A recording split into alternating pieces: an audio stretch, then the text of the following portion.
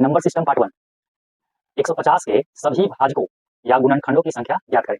इस बात पर ध्यान दीजिएगा, भाजकों या गुणनखंड उसकी संख्या पूछा है 150 के अंतराल में।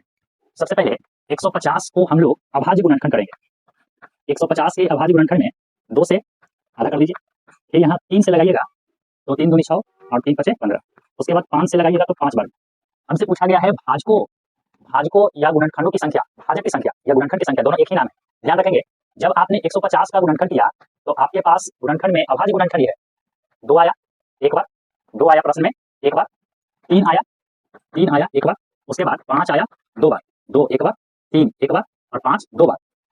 भाजकों की संख्या में हम लोग को पावर में 1 ऐड करना होता है, पावर में 1 ऐड करना होता है, पावर में 1 जोड़ना होता है, पावर में 1 जोड़ना होता है। चलिए यहाँ पावर कितना है 1, तो 1 में 1 ऐड करिए तो 1 + 1 इंटू, यहाँ पावर है 1, फिर 1 ऐड करेंगे तो 1 + 1। उसी तरह से यहाँ 2 है तो इंटू में 2 + 1 आपके पास हो गया 2, यहाँ 1 2 और यहाँ 2 1 3, यानी गुना करिएगा तो 4 और 12, यानी यहाँ पर आपके सभी भाजकों की संख्या 12, सभी भाजकों की संख्या 12, या कह सकते हैं कि सभी गुणनखंडों की संख्या 12।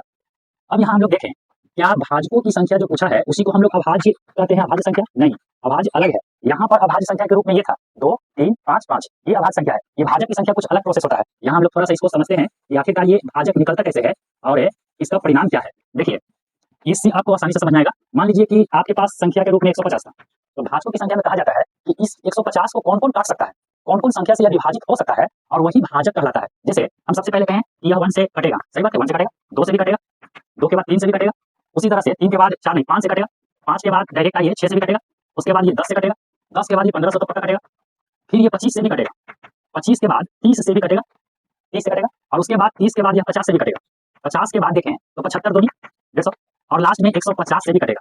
तो यहाँ देखिए 1 2 3 4 5 6 7 8 9 10 11 12, यही जो चारों तरफ देख रहे हैं यही आपको भाजक है। यहाँ से एकदम क्लियर हो गया होगा कि भाजक हकीकत में होता क्या है।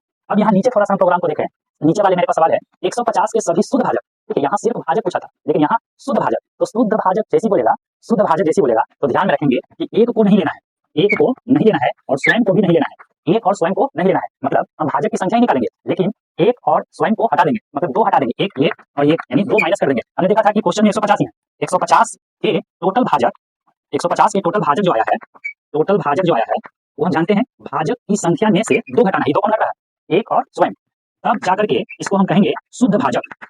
ये आपका होगा शुद्ध भाजक। तो हमने देखा था कि भाजक टोटल 12, उसमें से 2 घटा दीजिए तो शुद्ध भाजक 10। ओके, अब इसी क्वेश्चन में आपसे कहेगा सम भाजक की संख्या पूछें, विषम भाजक की संख्या पूछें या अभाज्य संख्या। तो हम एक स्टेप में यहाँ पर दोनों काम कर चुके हैं, अगला जब तैयार करेंगे तो उसमें सम और विषम के प्रोसेस आपको बताएंगे। ओके,